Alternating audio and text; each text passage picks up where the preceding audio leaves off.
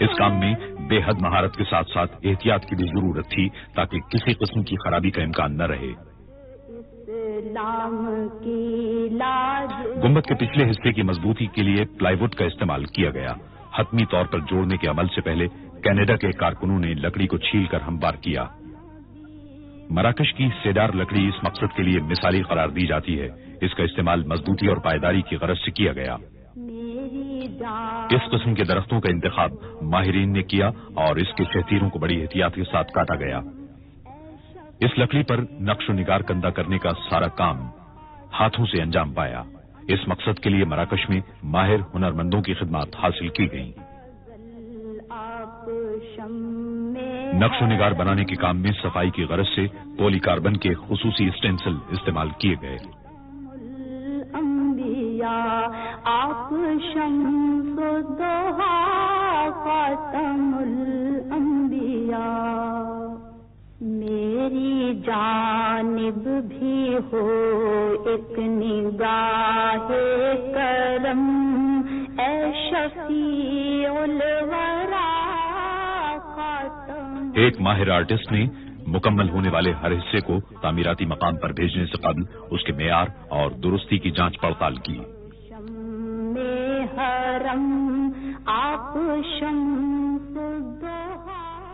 لکڑی کے بڑے شہتیروں کو مراکش سے جرمنی بھیجا گیا، جہاں انہیں جدید ترین مشینوں کے ذریعے کاٹا اور موڑا جا سکتا تھا تاکہ بنیادی ڈیزائن کے اہم حصے بنائے جا سکیں۔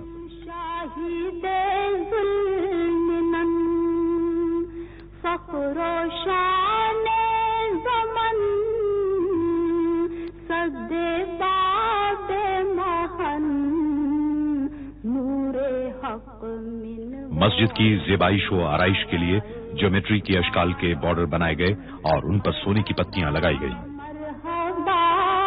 خاتم الانبیاء، مرحبا مرحبا خاتم الانبیاء۔ ڈیزائن کی مثالی خوبصورتی کے لیے قیمتی پتھر امیزونائٹ کے استعمال کا فیصلہ کیا گیا۔ کینیا میں عمدہ معیار کا پتھر بالآخر تلاش کر لیا گیا اور کان کو اس منصوبے کے لیے خاص طور پر دوبارہ کھول دیا گیا۔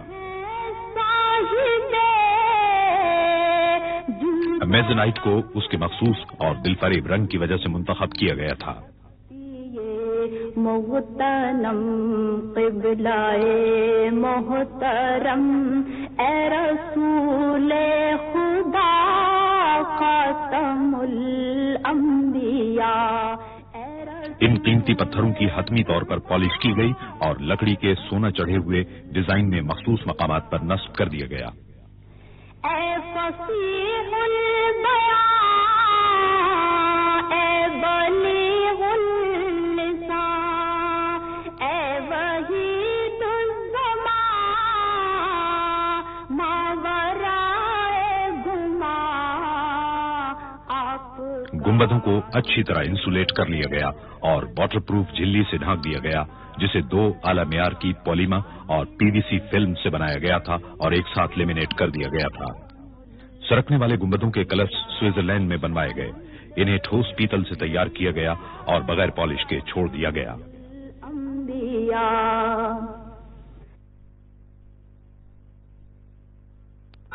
کلش پر 23 قیرات سونا چڑھایا گیا۔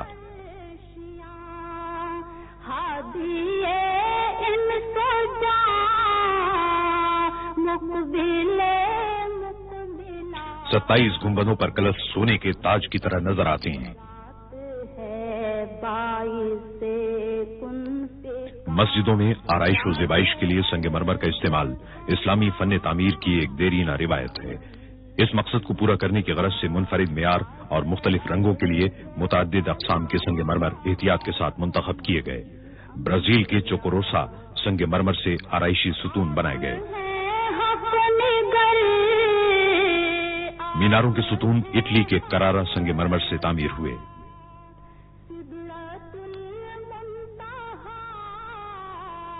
چھت پر یونان کا سنگ مرمر نصب کیا گیا، جسے فیسس کہتے ہیں۔ یہ خالص سفید سنگ مرمر ہر اعتبار سے منعکس کرنے کی خوبی کا حامل ہے اور ہمیشہ ٹھنڈا رہتا ہے۔ اٹلی کا سنگ مرمر سیڑھیوں پر استعمال کیا گیا۔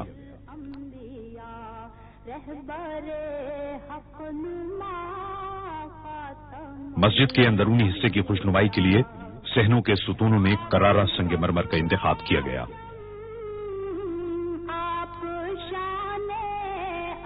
کرارا سنگ مرمر پوری دنیا میں مشہور ہے، خاص طور پر ماہرین تعمیرات اسے اس کی شفافیت، حسن اور پائیداری کے باعث پسند کرتے ہیں۔ اٹلی کے اس علاقے میں تقریباً 2000 سال سے سنگ مرمر بڑے پیمانے پر نکالا اور پروسیس کیا جاتا ہے۔ اس اعتبار سے وہاں سنگ مرمر کی انتہائی معیاری، تجربے کار اور مستحکم صنعت قائم ہو گئی ہے۔ بڑی بڑی مشینوں کے ذریعے سنگ مرمر کی مختلف سائزوں والی سلیں کاٹی گئیں تاکہ ان سے ضرورت کے مطابق کام لیا جا سکے۔ دستکاروں کے لیے سب سے بڑے چیلنج والا مرحلہ گولائی کے حصوں کو موڑنا تھا تاکہ 2170 ستونوں کو ڈھانپا جا سکے۔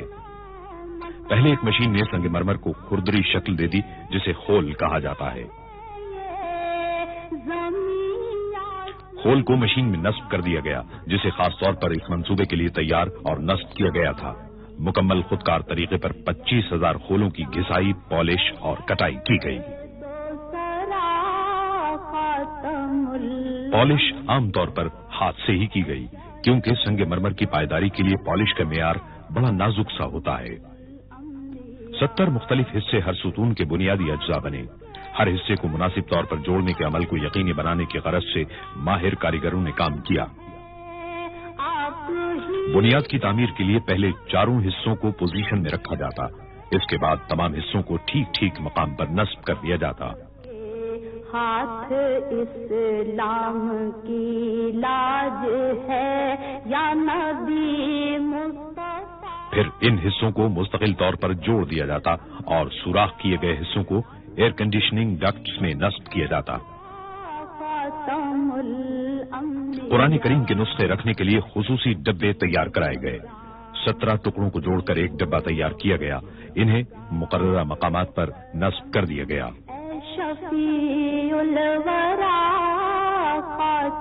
ستونوں پر سنگ مرمر کو نصب کرنے کا کام گھومے ہوئے حلقے کو لگانے کے ساتھ ہی مکمل ہو گیا۔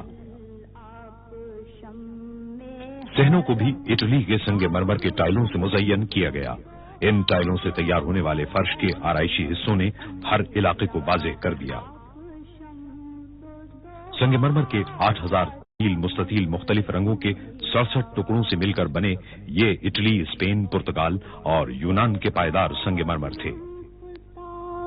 نازک بدنیرا بدنیرا بدنیرا بدنیرا بلبل زتو آموختا۔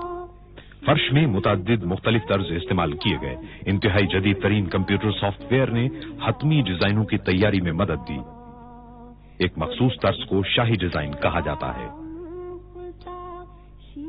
زمینی منزل کی تیاری کا کام ٹائلوں کو زمین پر بچھا کر اور سیمنٹ سے جوڑ کر انجام پایا تاکہ سنگ مرمر کا فرش مستقل طور پر قائم رہ سکے۔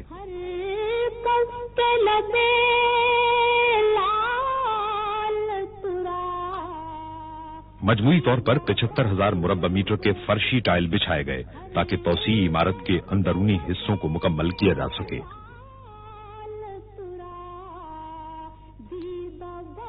اٹلی کے سنگ مرمر کو فرشی طرز کے مطابق کاٹا گیا جو ان 6 ماڈلوں میں شامل تھا جنہیں آرائشی مقاصد کے لیے استعمال کیا گیا ہے۔ ڈاکٹر اسماعیل کے ڈیزائن کو بلائنڈ آرچز اور آرائشی اشیاء میں استعمال کیا ہے جو روایتی اسلامی ڈیزائنوں میں شامل ہے۔